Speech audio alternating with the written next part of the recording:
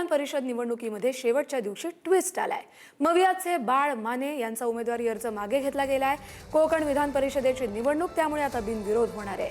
बाळ माने यांनी मंत्री नितेश राणे यांच्यासोबत रत्नागिरी जिल्हाधिकारी कार्यालयात दाखल होत हा अर्ज माघारी घेतलाय। नितेश राणेंच्या शिष्टाईला बाळ माने यांनी प्रतिसाद दिल्यानं अनेकांच्या भुवया उंचावल्यात।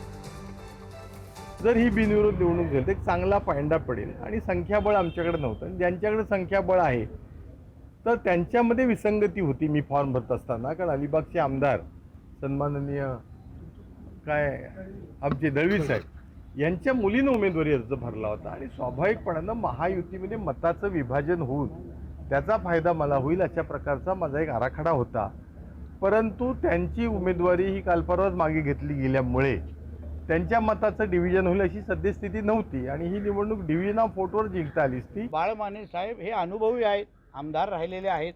ह्यांना काही लहान वयातला विषय नाही आहे, त्यांना बरं वाईट काय सगळ्या गोष्टी माहिती आहेत आणि म्हणून वरिष्ठ पातळीवर ठरलेला जो काही निर्णय होता त्याच्या अंमलबजावणी करण्याचं काम एक कार्यकर्ता म्हणून मी करतोय आणि म्हणून महायुतीचा प्रतिनिधी म्हणून आज मी बाळ माने साहेबांबरोबर इथे आलेलो आहे आणि आज त्यांनी आमच्या वरिष्ठ पातळीवर त्या सगळ्या नेत्यांच्या शब्दाचा मान ठेवून आणि एकंदरीत ती काय राजकीय परिस्थिती त्यांना त्यांच्या अनुभवापोटी जी दिसली त्याप्रमाणे त्यांनी तो निर्णय घेतलेला आहे।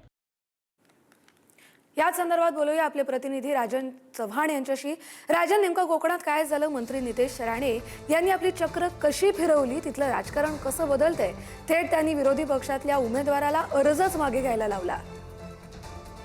नक्कीच आपण पाहिलं तर या निवडणुकीमध्ये दिवसेंदिवस इंटरेस्ट हा वाढतच होता। कारण आपण जर पाहिलं तर काल जुहिली दळवी यांनी देखील अर्ज मागे घेतला होता। त्यानंतर आज पाहिलं तर शेकापचे अरविंद म्हात्रे यांनी सुद्धा आपला उमेदवारी अर्ज मागे घेतला। तर आज पाहिलं तर दुपारनंतर मात्र हा निवडणुकीचा इंटरेस्ट अजून वाढत गेला।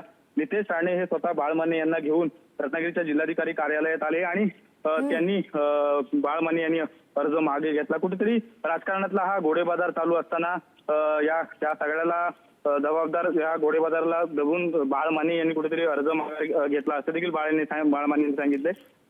तर नितेश राणे यांनी या राजकीय खेळी या ठिकाणी केलेली आपल्याला पाहायला मिळते। त्यामुळे एकंदरीतच आता तटकरे यांचा जो मार्ग आहे हा विजयाचा सुकर झालेला आपल्याला दिसून येतोय। बरं, धन्यवाद राजन दिलेल्या माहितीसाठी।